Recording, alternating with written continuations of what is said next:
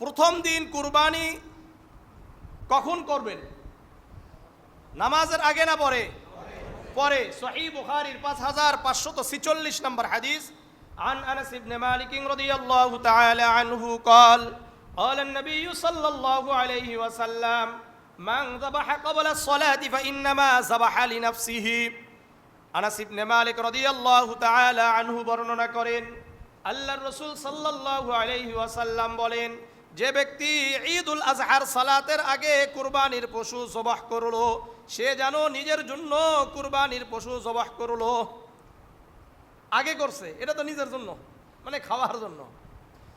ওয়ামান যাবাহা বা'দা সলাতি ফাকাদ তাম্মা নুসুকুহু, আর যে ব্যক্তি ঈদুল সালাতের পরে জবাহ করলো, এই ব্যক্তির কুরবানি পরিপূর্ণ হয়ে গেল। কুরবানি পরিপূর্ণ হবে কখন? ঈদের সালাতের পরে করতে হবে। ওয়া আসাবা সুন্নাতাল মুসলিমিন, আর ওই ব্যক্তি মুসলমানদের সুন্নতের উপর আমল করলো। রাতে কুরবানি দেওয়া যাবে কিনা? 10 এবং 11 তারিখের দিবাগত রাত্রিতে কুরবানি করা যাবে। দিবাগত রাত্রি মানে কি? 10 তারিখ শেষ, 11 তারিখের রাত্রি চলে আসছে, এটা করতে পারবেন। 11 তারিখও হয়ে গেছে, 12 তারিখের আবার কি আসছে, যেহেতু আরবি আগে আসে এই জন্য আমি বলছি। কিন্তু 12 তারিখের দিবাগত মানে 12 তারিখ তো আপনি সূর্য অস্ত যাওয়ার আগ মুহূর্ত পর্যন্ত কি করা যাবে? কুরবানি করা যাবে। এখন একবারে সহজ মাসলা হলো, 10 তারিখের ঈদুল আজহার সালাতের পর থেকে 12 তারিখের সূর্য অস্ত যাওয়ার আগ মুহূর্ত পর্যন্ত যে কোনো সময় কি করা যাবে? কুরবানি করা যাবে। কিন্তু রাতে করতে হলে অবশ্যই আলোর ব্যবস্থা থাকতে হবে। কোন কোন পশু দিয়ে কুরবানি করা যাবে? সূরাতুল হাজের 34 নম্বর আয়াত আল্লাহ বলেন, ওয়ালিকুল্লি উম্মাতিন জাআলনা মানসাকাল লিয়াযকুরু ইসমাল্লাহি আলা মা রাযাকাহুম মিন বাহিমাতিল আনআম।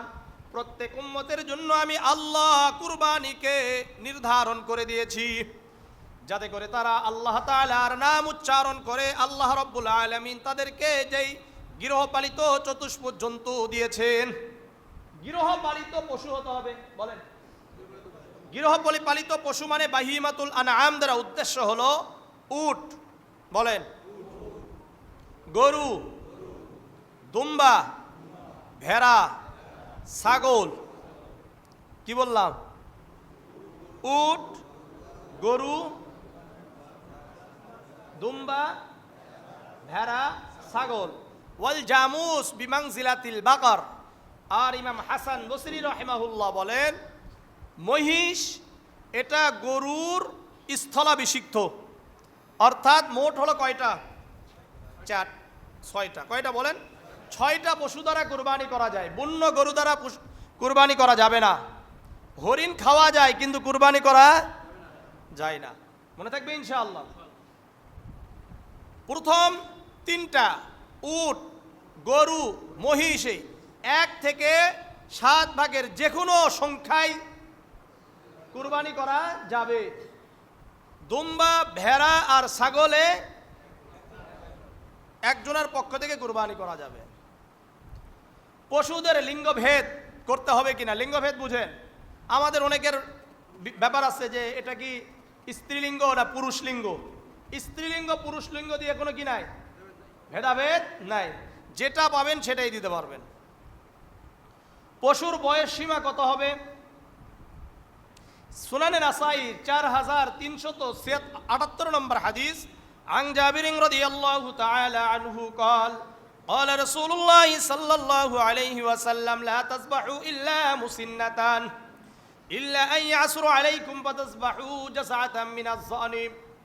জাবির ইবনে আব্দুল্লাহ রাদিয়াল্লাহু তাআলা আনহু বর্ণনা করেন, আল্লাহর রাসূল সাল্লাল্লাহু আলাইহি ওয়াসাল্লাম বলেন, তোমরা কুরবানি করবা না মুসিন্না ছাড়া।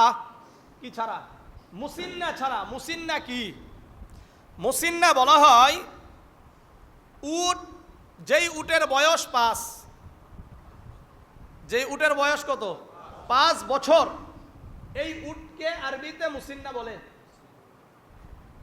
যেই গরু এবং মহিষের 2 বছর, এই গরু এবং মহিষকে মুসিন্না বলে আরবিতে। যেই দুম্বা এবং ভেড়া এবং ছাগলের বয়স কত? 1 বছর। তাকে কি বলা হয়? মুসিন্না বলা হয়। তাকে কি বলা হয়? মুসিন্না বলা হয়। ইল্লা আইয়াসুর আলাইকুম, যদি দেখা যায় মুসিন্না পাওয়া যাচ্ছে না, ফাতাসবাহু জাযাআতাম মিনাজ যানিম, তখন আল্লাহর রাসূল বললেন শোনো, তাহলে তোমরা দেখবা যে দুম্বা এবং ভেড়ার মধ্যে 6 মাসের কোনো দুম্বা এবং ভেড়া হৃষ্টপুষ্ট হয়ে 1 বছরের মতো দেখা যায় কিনা, এরকম ভেড়া এবং যদি দুম্বা হয় তাহলে 6 মাস হলেও দুম্বা এবং ভেড়া দেওয়া যাবে। কিন্তু ছাগলের জন্য কত বছর? 1 বছর হবে। এই দাঁতের সাথে সম্পৃক্ততা নাই।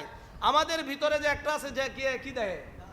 দাঁত দেখে। দাঁতের সাথে কোনো সম্পৃক্ততা নাই। তাহলে কিসের সাথে সম্পৃক্ততা? বয়সের সাথে সম্পৃক্ততা। এখানে আরেকটা মাসলা বুঝে রাখেন, আকিকার মাসলাটাও একই। কুরবানির পশু যেমন লাগবে, আকিকার পশুও কি লাগে? তেমন লাগে। সুতরাং উটের জন্য কত বছর? গরু এবং মহিষের জন্য এটা হতেই হবে। দুম্বা, ভেড়া আর ছাগলের জন্য, দুম্বা এবং ভেড়া যদি হৃষ্টপুষ্ট হয় তাহলে কতদিন হলেও হবে? 6 মাস হলেও হবে। কিন্তু একটা ছাগল মনে করলেন হৃষ্টপুষ্ট হয়ে গেছে কত বছরে? 6 মাসে, তাহলে কি হবে? কতটুকু লাগবে? 1 বছরই লাগবে। কত বছর? 1 বছরই হতে হবে।